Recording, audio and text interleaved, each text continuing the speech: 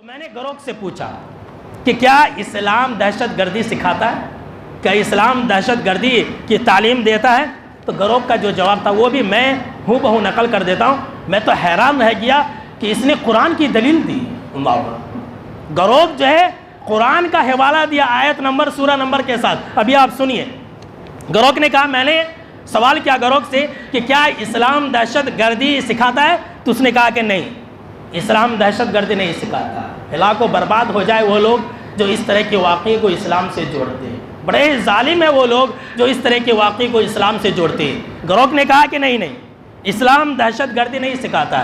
اسلام ایک دھرم ہے جو شانتی، دیا اور مانوتا کو بڑھاتا ہے، یعنی انسانیت کو بڑھاتا ہے، ہمدردی کو بڑھاتا ہے۔ دیکھیے گروہ کہہ رہا ہے قرآن اور حدیث میں، اسی کے الفاظ ہے، قرآن اور حدیث میں بار بار شانتی، سہسنوتا، یعنی کہ سہسنوتا کا مطلب ہوتا ہے صبر، اور دوسروں کے پرتی بولے تو دوسروں کے لیے، دوسروں کے پرتی، دوسروں کے حق میں سمان، عزت کی بات کہی گئی ہے۔ یہاں دیکھیے ایک اے آئی ٹول کہہ رہا ہے کہ اسلام میں قرآن اور حدیث کے اندر یہ دوسروں کے حق میں عزت کی بات کہی گئی ہے۔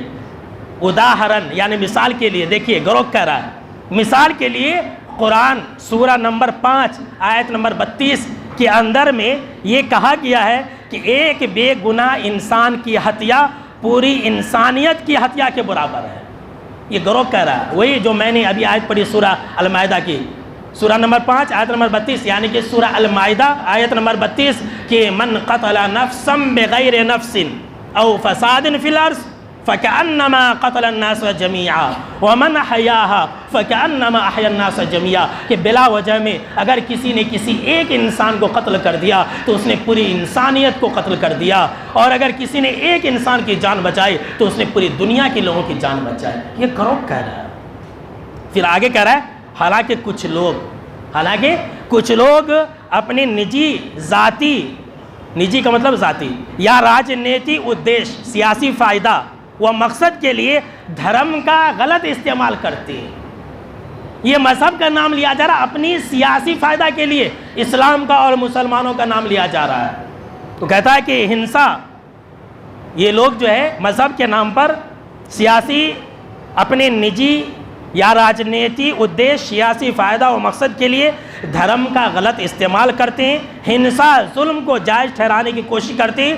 یہ لوگ اسلام کے، سنیے، یہ لوگ اسلام کے سچے سدھانتوں یعنی کہ تعلیمات، یہ لوگ اسلام کے سچے سدھانتوں کا پرتنیدھتو یعنی کہ نمائندگی نہیں کرتے۔ یہ لوگ سچے مسلمان نہیں ہیں۔ جو لوگ یہ کام کرتے ہیں یہ لوگ سچے مسلمان نہیں ہیں۔ ادھیکانش، اکثر و بیشتر اسلامی ودوان یعنی کہ اسلامی تعلیم یافتہ لوگ اور سمودائے یعنی کہ مسلمان سماج اور برادری کے لوگ ایسی حرکتوں کی نندا مذمت کرتے ہیں۔ دیکھیے گروہ نے خود یہ کہا کہ اسلام دہشت گردی نہیں سکھلاتا ہے،